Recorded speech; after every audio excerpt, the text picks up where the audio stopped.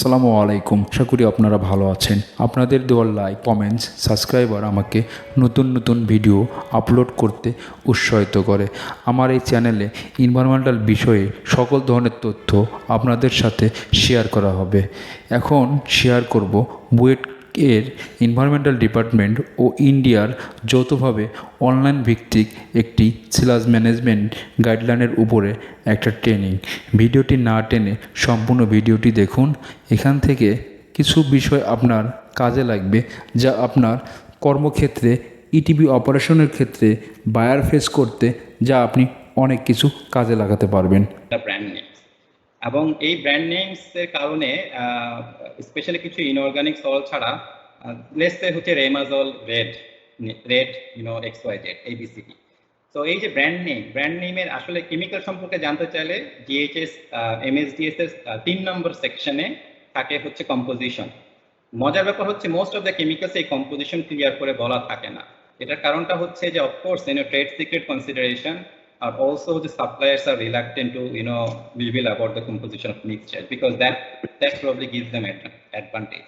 তো যার কারণে এই কেমিক্যালে কি আছে, কারণ আমি আগের স্লাইডে দেখেছি হচ্ছে ইফ্লুয়েন্টের ক্যারেক্টারিস্টিক ডিপেন্ড করে কেমিক্যালের উপর। কেমিক্যালের ভিতরে কি আছে এটা আমরা জানার উপায় হচ্ছে material safety data sheet. Material safety data sheet থেকে পাওয়া যাচ্ছে না, ইট ইজ বিকজ হচ্ছে যে সাপ্লায়াররা দিচ্ছে না, এবং ইউজুয়ালি হেভি মেটাল কন্টেন্টও কিন্তু আসলে দেওয়া হয় না। আবার আমি যে আসলে কি বলে হচ্ছে যে হেভি মেটাল ল্যাবরেটরিতে অ্যানালাইজ করব, it is also very difficult, because হচ্ছে যে প্রপার্টি রাইট তো আছেই, তার সাথে হচ্ছে এত কেমিক্যাল ইউজ করা হয়, কয়টা কেমিক্যাল আসলে আমরা টেস্ট করব। So most difficult challenge is to know the chemicals. Next please.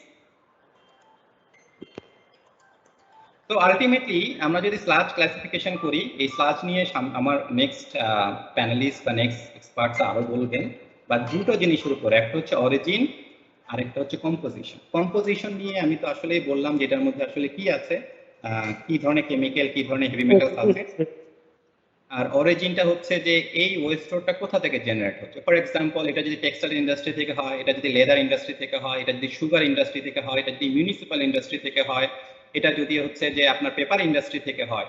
So based on the origin কি বলে হচ্ছে টেক্সটাইল কি বলে হচ্ছে West water generate from textile classification is সরাসরি হচ্ছে হ্যাজার্ডাস ক্যাটাগরিতে। So then based on the composition you will have your category. Dr. Shoaib Ahmed will discuss it much more. But ultimately, any classification of the sludge lies in the responsibility of the producer, which means if you do not classify your sludge properly, the regulatory body such as Department of Environment can put you into trouble. So it is your responsibility that you classify your sludge properly. Next please.